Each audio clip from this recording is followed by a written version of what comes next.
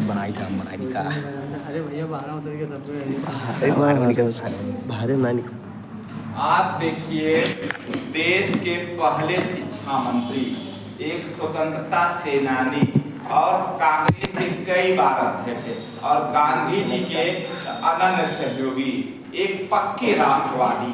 इन्होंने पूरा जीवन भारत के विभाजन का विरोध किया और वो आज उन्हीं का जन्मदिन, उनका नाम है मौलाना अबुल कलाम आजाद।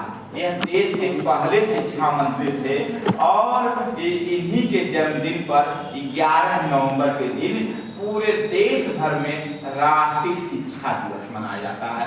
आज मौलाना अबुल कलाम आजाद जी की जयंती है, जो इनका जन्मदिन हम हर्षोल्लास पूर्वक राष्ट्रीय शिक्षा दिवस के रूप में मनाते हैं। अब प्रश्न उठता है, मौलाना अबुल कलाम आजाद का देश के निर्माण में योगदान क्या था? सही अर्थों में वह भारत के महान निर्माताओं में थे। मौलाना अबुल कलाम आजाद का जन्म आज ही के दिन 11 नवंबर 1888 को अरब जगत के मक्का में होता है और इनके पूर्वज जो थे मुद्दा कलकत्ता के निवासी थे, फिर बाद में आप कलकत्ता में लोग बस गए थे और इनके पूर्वज के ऊपर कुरान यानी मकतब मदरसे की शिक्षा का प्रभाव था, लेकिन इनकी शिक्षा थी इनके ऊपर पाश्चात्य व्यवस्था अंग्रेजी शिक्षा का प्रभाव था। और ऐसा लोग कहते हैं महज 11 साल की उम्र में इन्होंने कुरान का अध्ययन कर लिया था। हो सकता है दिव्य ज्ञान उनके पास, दैवी कृपा हो, कुछ भी हो सकता है। लोगों से किया कि 11 साल की उम्र में इन्होंने कुरान का पूरा पाठ कर लिया था।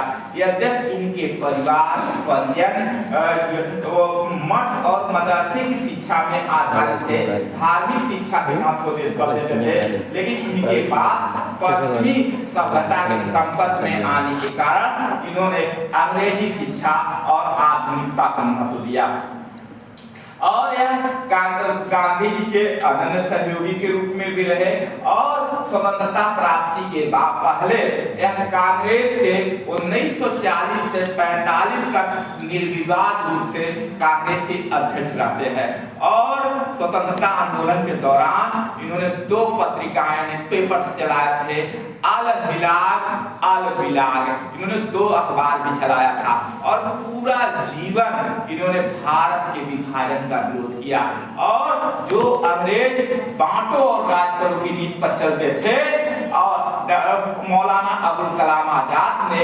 आपसी सामंजस्य भाईचारे का संदेश दिया, यानी अंग्रेजों की डिवाइड एंड रूल की पॉलिसी के खिलाफ इन्होंने सामंजस्य का सिद्धांत लिया और मौलाना अबुल कलाम आजाद देश में शिक्षा व्यवस्था को, महिलाओं की शिक्षा व्यवस्था को स्थापित करने में इनका बड़ा योगदान था।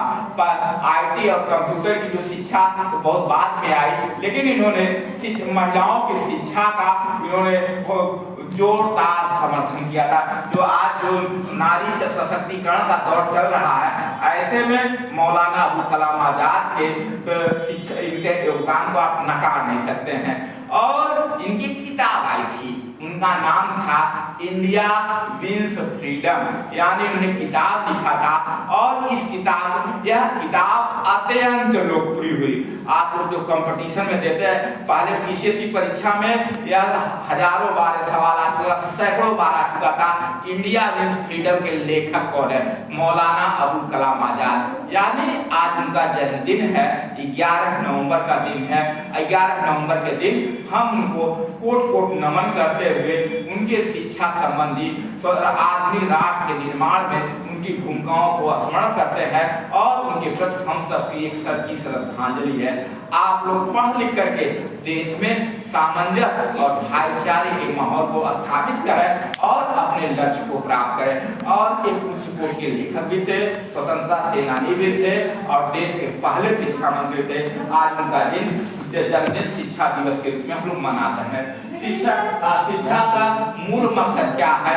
शिक्षा का मूल मकसद है एक अच्छे व्यक्ति का सृजन होता है। मौलाना अबुल कलाम आजाद ने यही सपना देखा था। शिक्षा वही सच्ची है जो अच्छे व्यक्तित्व और अच्छे समाज और अच्छे राष्ट्र का निर्माण करे। मौलाना अबुल कलाम आजाद इसी पर काम करते थे। आज हम उनके जन्मदिन पर सादर नमन करते हैं और उनके प्रति हम लोग की सच्ची श्रद्धांजलि है।